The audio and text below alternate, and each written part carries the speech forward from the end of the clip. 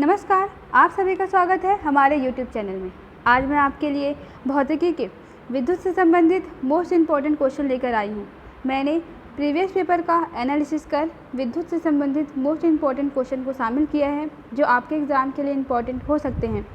Video के अंत में हम प्रैक्टिस किए गए क्वेश्चन का रिविज़न करेंगे, साथ ही मैं स्टडी के लिए कुछ टिप्स दूँगी जो आपके लिए बहुत ही इफ़ेक्टिव रहेगा। तो चलिए स्टार्ट करते हैं हमारे पहले क्वेश्चन से।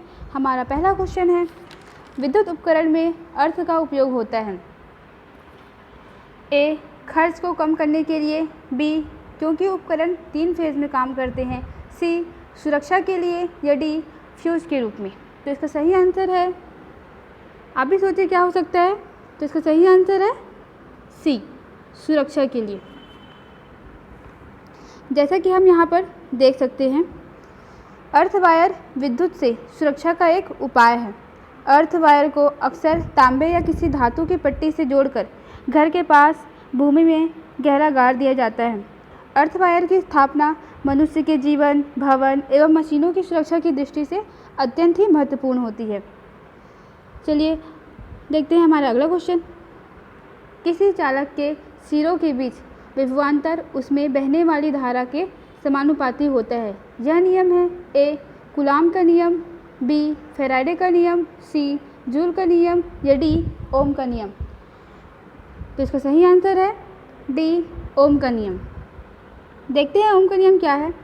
ओम के नियम के अनुसार यदि भौतिक अवस्थाएं नियत रखी जाए तो किसी प्रतिरोधक के सिरों के बीच उत्पन्न विभवांतर उससे प्रवाहित धारा के समानुपाती होता है। जैसे कि हम नीचे दिए ग्राफ में देख सकते हैं, विभवांतर धारा के समानुपाती होता है। मतलब जब हम धारा का मान बढ़ाते हैं तो विभवांतर का मान भी बढ़ते जाता है। फिर हमारा अगला क्वेश्चन है फ्यूज तार से रिलेटेड, यानी कि एक फ्यूज तार का उपयोग खाली स्थान के लिए होता है। ऑप्शन ए, हानि पहुंचाए बिना उच्च विद्युत धारा को प्रवाहित करना। बी, अत्यधिक धारा प्रवाह के समय विद्युत परिपथ को तोड़ने में। सी, किसी व्यक्ति को विद्युत झटकों से बचाने में। और ऑप्शन डी, इनमें से कोई नहीं। तो इसका सही आंसर है ऑप्शन बी, अत्यधिक धारा प्रवाह के समय विद्युत परिपथ को तोड़ने में। देखते हैं फ्यूज तार जो है वो क्या होता है। एक फ्यूज तार अत्यधिक धारा प्रवाह के समय विद्युत परिपथ को तोड़ने का कार्य करता है। फ्यूज तार जो होता है इसका गलनांक कम होता है तथा इसे परिपथ में श्रेणी क्रम में जोड़ा जाता है। फिर हमारा अगला क्वेश्चन है, फ्यूज का सिद्धांत है। ऑप्शन ए, विद्युत का रासायनिक प्रभाव। बी, विद्युत का यांत्रिक प्रभाव। या सी, विद्युत का ऊष्मीय प्रभाव। और डी, विद्युत का चुंबकीय प्रभाव। तो इसका सही आंसर है ऑप्शन सी, विद्युत का ऊष्मीय प्रभाव। देखते हैं यहाँ पर कि जो फ्यूज होता है विद्युत परिपथों में उपयोग होने वाला फ्यूज जो है वो शुद्ध टीन या टीन और शीशे की मिश्र धातु का बना होता है। इसका जो विशिष्ट प्रतिरोध तथा कम गलनांक वाला तार होता है यह फ्यूज तार जो ऊष्मीय प्रभाव पर भी काम करता है। फिर हमारा अगला क्वेश्चन है, घरेलू विद्युत उपकरणों में प्रयुक्त सुरक्षा फ्यूज तार उस धातु से बनी होती है जिसका ऑप्शन ए, प्रतिरोध कम हो। बी, गलनांक कम हो। सी, विशिष्ट घनत्व कम हो। ऑप्शन डी, चालकत्व कम हो। तो इसका आंसर है ऑप्शन बी, गलनांक कम हो। हमने ये ऊपर में पढ़ा था अभी। फिर हमारा अगला क्वेश्चन है, घरों में लगे पंखे, बल्ब आदि लगे होते हैं। ऑप्शन ए, श्रेणी क्रम में। बी, मिश्रित क्रम में। सी, समांतर क्रम में। या डी, किसी भी क्रम में। तो इसका सही आंसर है ऑप्शन सी, समांतर क्रम में। आइए देखते हैं कि समांतर क्रम क्या होता है। जब दो या दो से अधिक प्रतिरोधों को इस प्रकार से संयोजित किया जाए कि प्रत्येक प्रतिरोध के सिरों पर विभवांतर का मान समान हो, प्रतिरोधों के इस प्रकार के संयोजन को समांतर क्रम संयोजन कहते हैं। जैसा कि आप यहाँ पर देख सकते हैं कि इसमें प्रतिरोध तथा धारा दो या दो से अधिक होते हैं किंतु विभवांतर का मान हमेशा एक होता है। फिर चलते हैं हमारे अगले क्वेश्चन की तरफ। हमारा अगला क्वेश्चन है, एक आदर्श वोल्ट मीटर का प्रतिरोध होता है? ऑप्शन ए 0, बी निम्न, सी असीमित या डी उच्च। तो इसका सही आंसर है ऑप्शन सी असीमित। देखते हैं कि आदर्श वोल्ट मीटर क्या होता है। वोल्ट मीटर का प्रयोग परिपथ की किन्हीं दो बिंदुओं के बीच विभवांतर मापने में किया जाता है।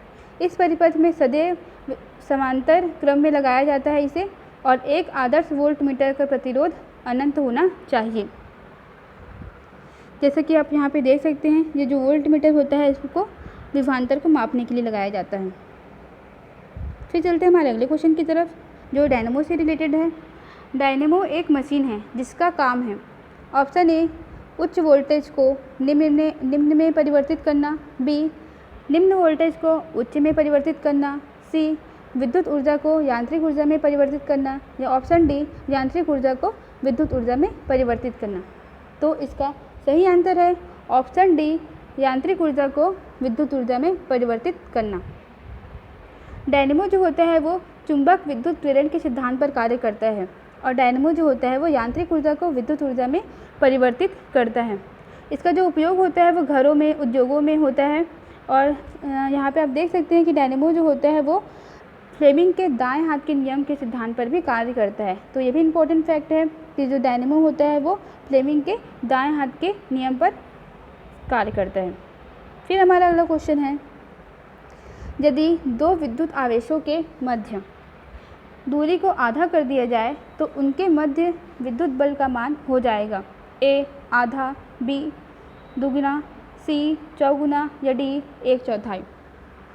तो इसका सही आंसर है ऑप्शन सी चौगुना। ये जो क्वेश्चन है वो कूलाम के नियम पर आधारित है। देखते हैं कि कूलाम का नियम क्या होता है। किन्हीं दो स्थिर आवेशों के बीच क्रियाशील बल जो होता है वो उन आवेशों के परिणामों के गुणनफल के समानुपाती तथा उनके बीच की दूरी के वर्ग के व्युत्क्रमानुपाती होता है, और इस नियम को कूलाम का व्युत्क्रम वर्ग का नियम भी कहते हैं।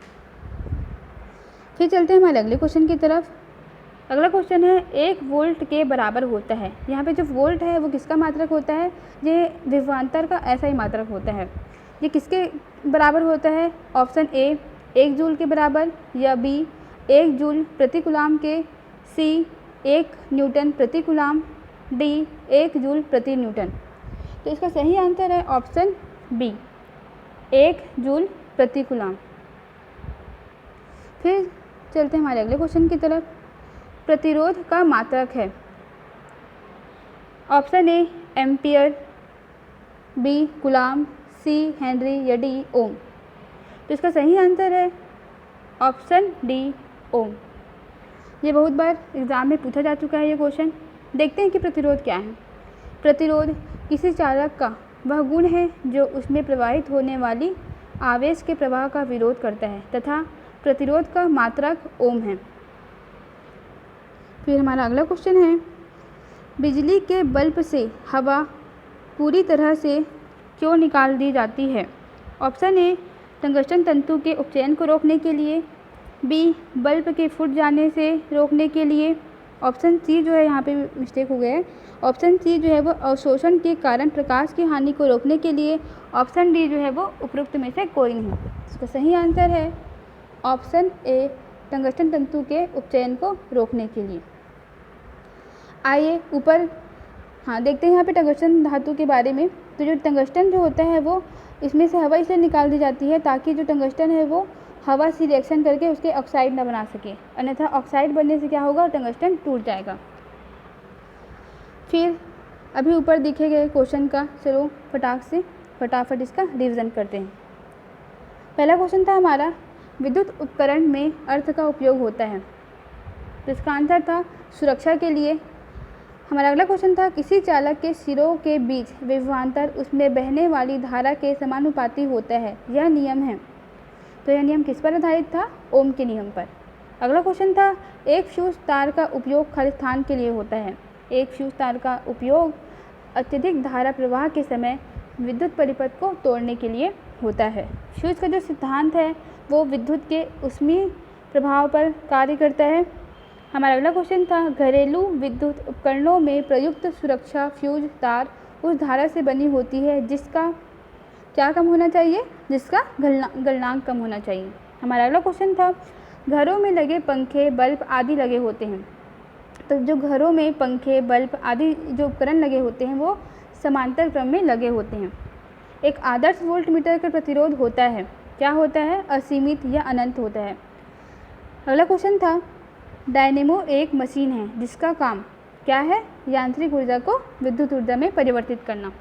हमारा अगला क्वेश्चन था, यदि दो विद्युत आवेशों के मध्य दूरी को आधा कर दिया जाए तो उनके मध्य विद्युत बल का मान हो जाएगा, क्या हो जाएगा, चौगुना हो जाएगा। 1 वोल्ट के बराबर होता है, 1 वोल्ट के बराबर 1 जूल प्रति कूलाम होता है। प्रतिरोध का मात्रक है ओम। हमारा अगला क्वेश्चन है, बिजली के बल्ब से हवा पूरी तरह से क्यों निकाल दी जाती है। इसका आंसर था टंगस्टन तंतु के उपचयन को रोकने के लिए। जैसा कि मैंने आपको स्टार्टिंग में बताया था कि मैं वीडियो के अंत में स्टडी के लिए कुछ टिप्स दूंगी। हमने अपने पिछले वीडियो में स्टडी करने का तरीका यानी कि DRT फार्मूला देखा था। स्टडी के तरीके के साथ ही स्टूडेंट के लिए जो है वो टाइम मैनेजमेंट बहुत ही इंपॉर्टेंट हो जाता है। तो आज मैं आप लोगों के लिए टाइम मैनेजमेंट के कुछ टिप्स लाई हूँ। तो चलो देखते हैं कि टाइम मैनेजमेंट का जो टिप्स है वो क्या है। तो हमारा टाइम मैनेजमेंट के लिए हमारा फर्स्ट स्टेप क्या होना चाहिए, नेक्स्ट डे का हमें बहुत ही अच्छे सुनियोजित तरीके से इसका प्लान बनाना चाहिए। आप रात को सोने से पहले अगले दिन का प्लान बना सकते हैं। रात को आप रोज़ सोने से पहले अगले दिन का प्लान बना सकते हैं। आप रोज़ सुबह उठने से लेकर रात को सोने तक की एक सुनियोजित योजना तैयार कर सकते हैं। हमारा अगला स्टेप है प्लान सक्सेसफुल, यानी कि जब आप रात के समय अगले दिन के लिए एक परफेक्ट डेली प्लान तैयार कर ले तो अपने मन में ठान ले कि इसे 100% सक्सेसफुल बनाएंगे। आपको पूरी कोशिश करनी चाहिए कि आपके द्वारा बनाए गए डेली टाइम मैनेजमेंट प्लान की कोई भी चीज़ मिस ना हो। शुरुआत में आपको थोड़ी प्रॉब्लम होगी लेकिन कुछ ही दिन में आपको इसकी आदत हो जाएगी।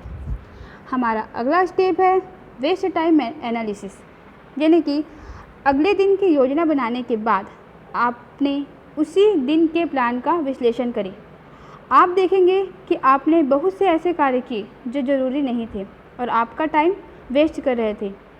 इन कार्यों की ही एक लिस्ट बनाकर उसके तैयार कर ले और मन में सोच ले कि नेक्स्ट डे आप ऐसा टाइम वेस्टिंग वर्क नहीं करेंगे।